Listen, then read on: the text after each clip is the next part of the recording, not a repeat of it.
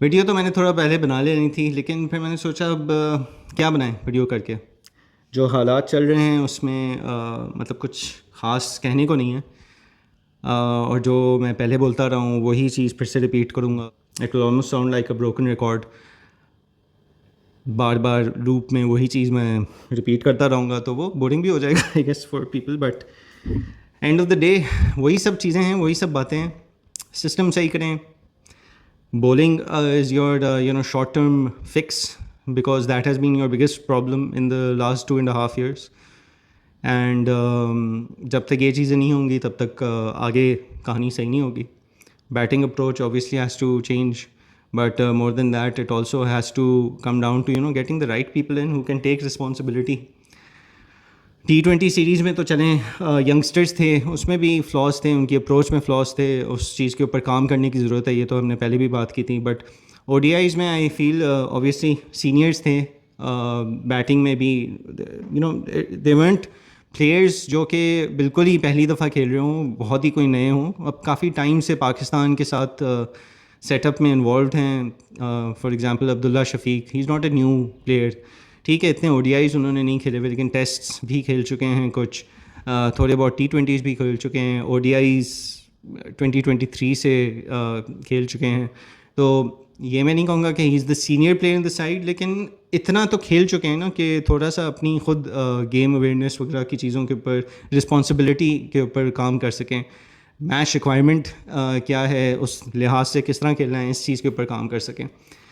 बाकी आपका lower middle order में जितने भी प्लेयर्स हैं, उनके ऊपर भी यही मैं कहूँगा कि मतलब they also need to take more responsibility in the way they are playing. जिस तरह की शॉट सिलेक्शन करते हैं, जिस तरह मैच रिक्वायरमेंट के हिसाब से खेलना पड़ता है, तो ये सब चीज़ें जो है हर एक के ऊपर लागू हैं. अब इन तीनों मैचेस में भी आई थिंक सेकेंड मैच में तो चलें बिल्कुल ही बैटिंग हमारी इम्प्लोड कर गई ओवरऑल. मतलब सब कोई किसी ने कुछ नहीं किया सिवाय फ़हीम के, जिसने अच्छी 73, मतलब आधी अच्छी आधे थोड़े से टुल्ले थे, और नसीम शाह जिसने एज अ कंकशन सब जो है वो 51 मारे. तो उसमें उसके अलावा किसी बैट्समैन ने कुछ नहीं किया, बिकॉज बाउंस बहुत प्रॉब्लमेटिक हो रहा था फॉर आवर बैट्समैन. और ये सही बात है, न्यूजीलैंड में होता है ये प्रॉब्लम.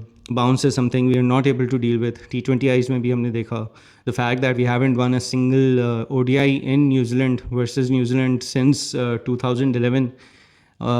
इससे भी यही जाहिर होता है कि हमें प्रॉब्लम है बाउंस का. लेकिन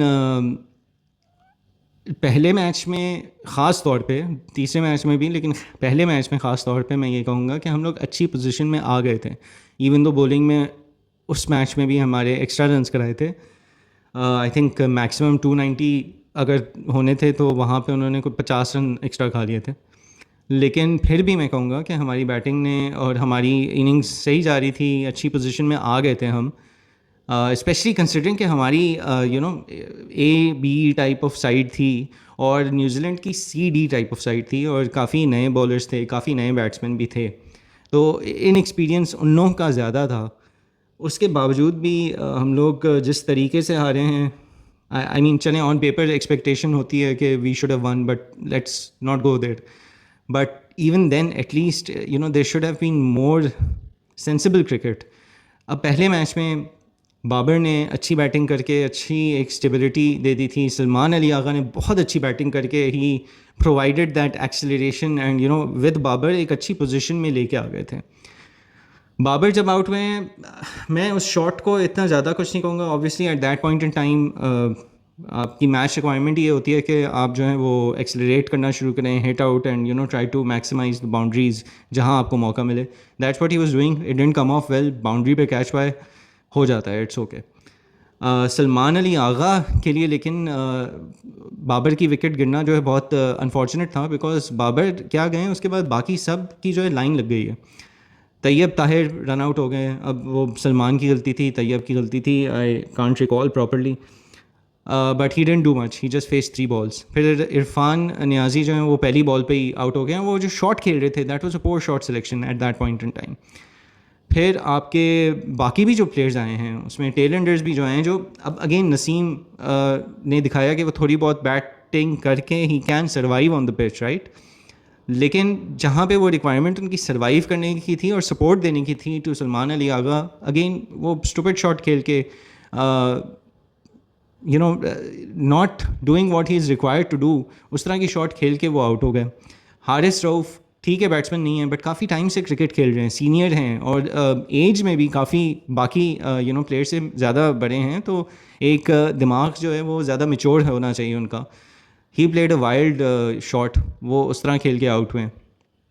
उससे पहले भी ओपनिंग में अब्दुल्ला शफीक ने काफ़ी टाइम लिया स्लो इनिंग्स के लिए, पहले मैच में भी और तीसरे मैच में भी। तो ये उनको अपनी अप्रोच बेहतर करनी होगी, बिकॉज अदरवाइज़ तो इमाम भी वही हैं स्लो अप्रोच वाले, अब्दुल्ला शफीक भी स्लो अप्रोच वाले हैं, and that has been the biggest problem. आपकी बैटिंग में अगर हम बात करें तो जो ये बाबर और रिजवान दोनों के ऊपर भी आता है कि at times they become way too slow in their approach, और ये इन लोगों को इम्प्रूव करना होगा, specially in situations where wickets भी हैं हाथ में, और वो लोग थोड़ा बेहतर कर सकते हैं, इम्प्रूव कर सकते हैं, if not boundaries but at least being better at finding the gaps and rotating the strike, scoreboard को कीप द स्कोरबोर्ड टिकिंग।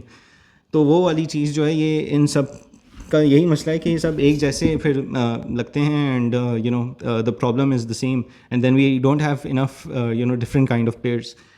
तो ये जो है बैटिंग में तो ये मसले रहे, एंड पहले मैच में तो फिर यही प्रॉब्लम था कि बाबर आउट हुए तो फिर लाइन लग गई, हालांकि बहुत अच्छी पोजीशन में थे उस वक्त, तो वहाँ से हमारा डाउनफॉल हुआ। But the bigger reason again for me was कि बॉलिंग ने आपके बहुत एक्स्ट्रा रन्स दिए पहले मैच में, and again the third problem is the management. आपकी टीम सिलेक्शन और टीम कॉम्बिनेशंस और ओवरऑल स्क्वाड सिलेक्शंस वगैरह का जो सिलसिला चल रहा है, specially since the start of this year, तो उसमें काफ़ी क्वेश्चनेबल सिलेक्शंस चलती आ रही हैं, फिर कॉम्बिनेशंस काफ़ी क्वेश्चनेबल बन रहे हैं, बिकॉज पहले मैच में सबसे बड़ा प्रॉब्लम आपका ये था कि आपका कोई स्पेशलाइज्ड फिफ्थ बॉलर नहीं था।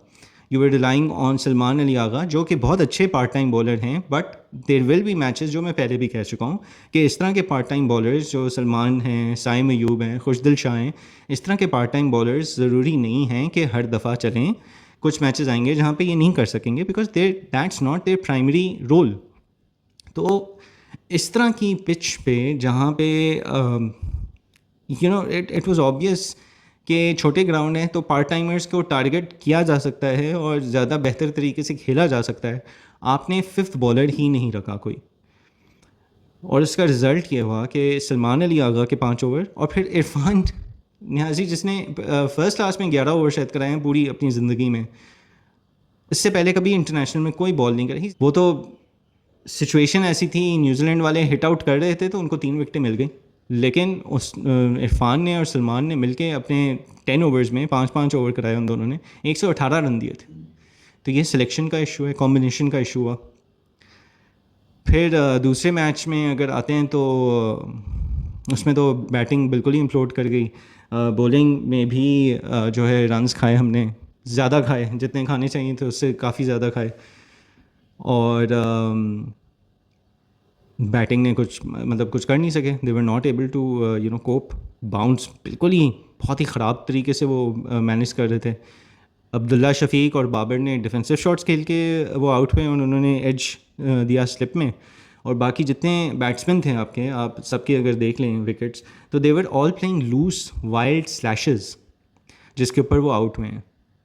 तो एक प्रॉब्लम फिर वही है ना, अप्रोच और एक टेक्निक, एक अप्रोच, इन सब चीज़ों का प्रॉब्लम है जो मैनेजमेंट को सही करना है, जो मैनेजमेंट को बैठना है अपने सीनियर प्लेयर्स के साथ और उनके साथ डिस्कस करना है कि भाई ये इस तरह की अप्रोच नहीं चल सकती बैटिंग में। और बॉलिंग तो फिर मैं क्या बार बार बोल के थक गया हूँ, बॉलर्स हमारे बॉलर्स ही हमारी सबसे बड़ी वजह है सिंस एशिया कप 2023 कि पाकिस्तान अच्छी क्रिकेट नहीं खेल पा रहा, क्योंकि हमारे बॉलर्स वो पेनिट्रेशन नहीं दे पा रहे हैं, वो हमारे बॉलर्स रन्स नहीं कंट्रोल कर पा रहे हैं, हमारे बॉलर्स विकेट्स नहीं ले पा रहे हैं, और ख़ास तौर पे डेथ ओवर्स में हमारे बॉलर्स जो हैं वो बॉलिंग करना भूल जाते हैं। इस ओडीआई सीरीज़ में भी यही हुआ, आप स्टैट्स उठा के देख लें, तीनों मैचेस में देख लें, शुरू में अच्छी बॉलिंग होती है, बीच में थोड़ी सही हो जाती है, कभी थोड़ी बस चल जाती है, और डेथ ओवर्स में आते ही सबको मार पड़ना शुरू हो जाती है। कोई मतलब उसके ऊपर काम ही नज़र नहीं आ रहा कि कोई काम किया जा रहा है कि किस तरह डेथ बॉलिंग को बेहतर करना है, बिकॉज डेथ में हम बहुत रन्स लीक कर रहे हैं और ये चीज़ काफ़ी टाइम से अब चल रही है।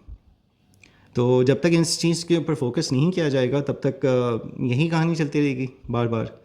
और बाबर के ऊपर वो तो मैं पहले भी कह चुका हूँ, यूट्यूब की इंडस्ट्री है कि बाबर का नाम लगा दो, या तो उसके सपोर्ट में आउट एंड आउट वीडियो बना लो, या फिर उसकी क्रिटिसिज्म में आउट एंड आउट वीडियो बना लो।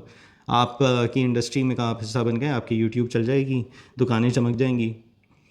एक्सपर्ट्स का तो काम अब मैं क्या बोलूँ, वो भी काफ़ी दफ़ा बात हो चुकी है कि उन लोगों की अप्रोच जो है वो क्रिकेटिंग से हट के ज़्यादा पर्सनल रहती है, ज़्यादा सेंसेशनलिज्म की तरफ रहती है, चाहे वो प्रो बाबर हों या चाहे वो एंटी बाबर हों।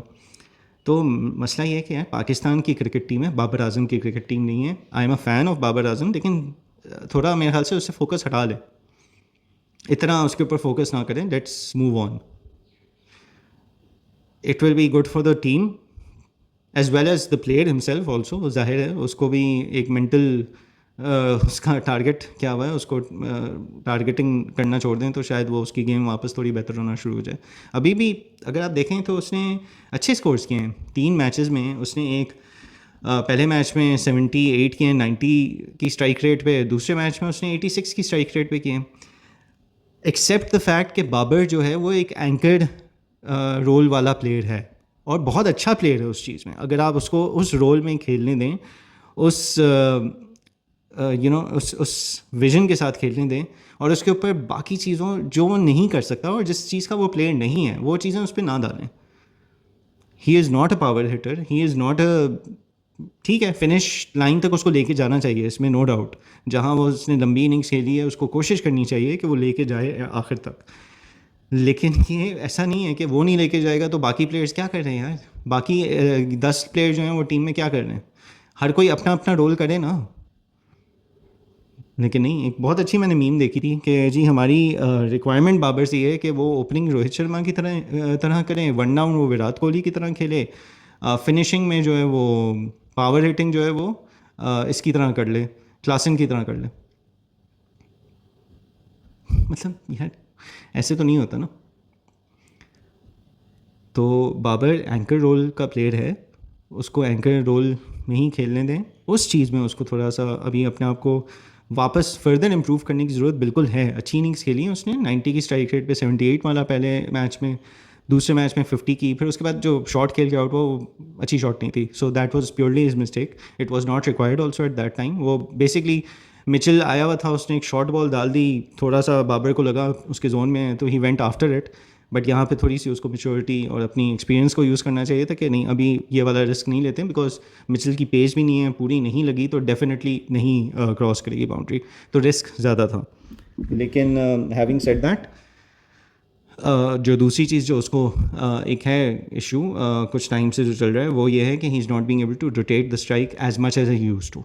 जो सिंगल्स लेना, गैप्स पिक करना, keep the scoreboard ticking, वो नहीं कर पा रहा।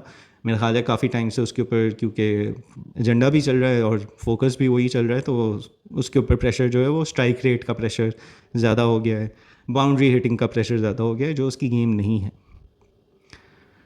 तो आई होप कि अब थोड़ी अकल और समझ से काम लें।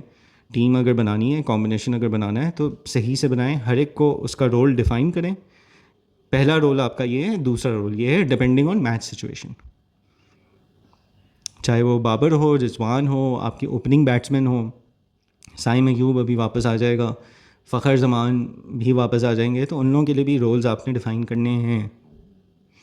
सिमिलरली बॉलर्स के लिए भी रोल्स डिफ़ाइन करना शुरू करें, कौन विकेटें ले रहा है, कौन प्रेशर क्रिएट कर रहा है, किसने रन्स रोकने हैं, डेथ बॉलिंग किसने करानी है, उसके साथ काम करें, उसको उसकी डेथ बॉलिंग को सही से इम्प्रूव करवाएं।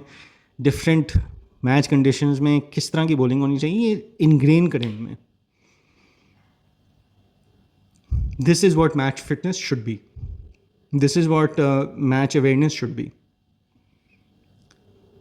तो यार अब तो हो गई सीरीज़, ख़त्म हो गई। अब पाकिस्तानियों के लिए खुशी है कि पीएसएल आ रहा है, तो पीएसएल में पाकिस्तान तो नहीं हारेगा। तो अच्छा है, बस एंटरटेन होंगे एक महीने तक एटलीस्ट। वो वाली एक सिचुएशन जो फैंस की बन जाती है कि स्ट्रेस वाली, वो तो नहीं होगी। PSL एंजॉय करेंगे। PSL 10 आ रहा है। PSL के ऊपर मैं I am going to do series of videos as well, and I might have a friend join me for these videos. तो होपफुली आप लोगों को शायद ज़्यादा मज़ा भी आए उन वीडियोज़ को देखने के लिए, क्योंकि वरना तो सिर्फ मैं बोल रहा होता हूँ। So keep keep tuning in to the channel, और देखते रहें। अगले कुछ दिनों तक PSL के ऊपर बातचीत हमारी होती रहेगी। एंड या सी यू सून।